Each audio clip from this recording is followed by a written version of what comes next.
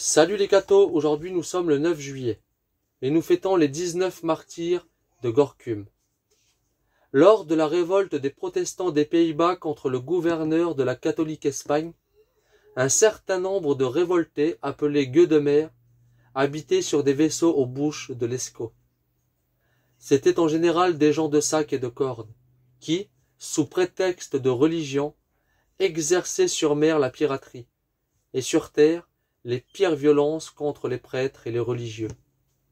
En avril 1572, les gueux se présentèrent à l'improviste devant la ville de Gorkum et promirent aux habitants de respecter la liberté religieuse de tous, prêtres et laïcs. Se fiant à cette promesse, les citoyens leur ouvrirent les portes de la ville.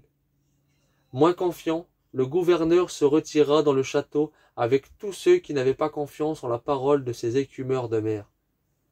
Malgré la bravoure du gouverneur, le château, dépourvu de troupes et de munitions, ne pouvait tenir longtemps.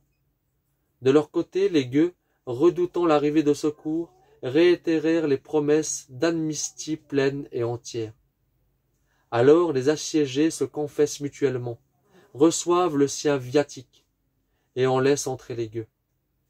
À peine la bande de huguenots est-elle dans la place qu'elle se jette sur les assiégés pour les fouiller et les dépouiller. Ils les font ensuite comparaître pour leur arracher l'aveu de l'endroit où ils avaient caché leur trésor. S'attaquant d'abord à Nicolas Johnson, curé de Gorkum, ils lui enroulent autour du cou la corde d'un franciscain, la font passer sur la porte de la prison, et la tirant, soulèvent et lâchent tour à tour le malheureux prêtre, jusqu'à ce qu'il le voie près d'expirer. C'est alors le tour du père gardien, Nicolas Piec. Après plusieurs secousses effroyables, la corde casse. Le patient tombe inanimé. Est-il mort? Pour s'en assurer, un bourreau promène sur son visage la flamme d'un cierge. Il la fait entrer dans les narines, dans la bouche, et lui brûle la langue et le palais.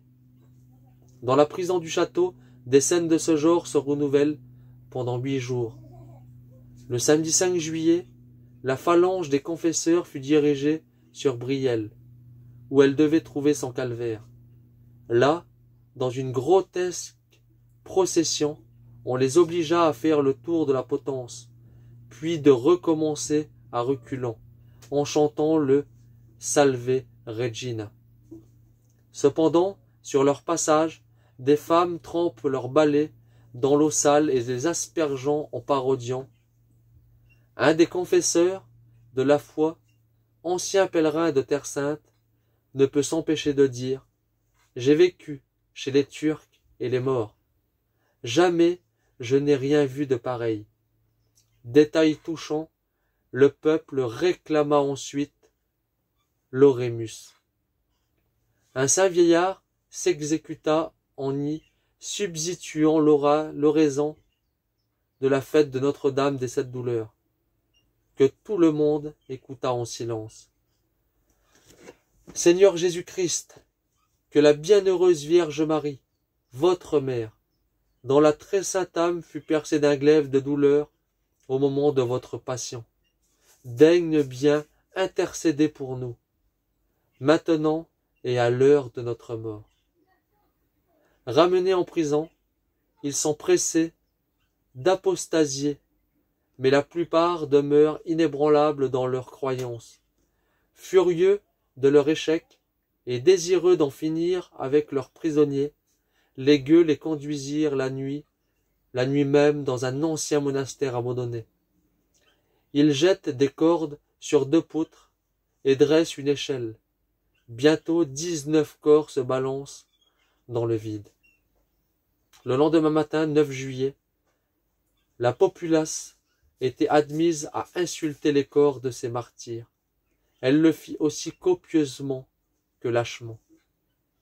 Au nombre des victimes de cette hécatombe, on comptait 11 frères mineurs de l'Observance, un dominicain, 2 prémontrés, un chanoine régulier de Saint-Augustin et 4 prêtres du clergé séculier. Pie IX a inscrit ces 19 confesseurs de la foi au nombre des martyrs, le 29 juin 1866. Que Dieu vous bénisse, et à plus les cathos!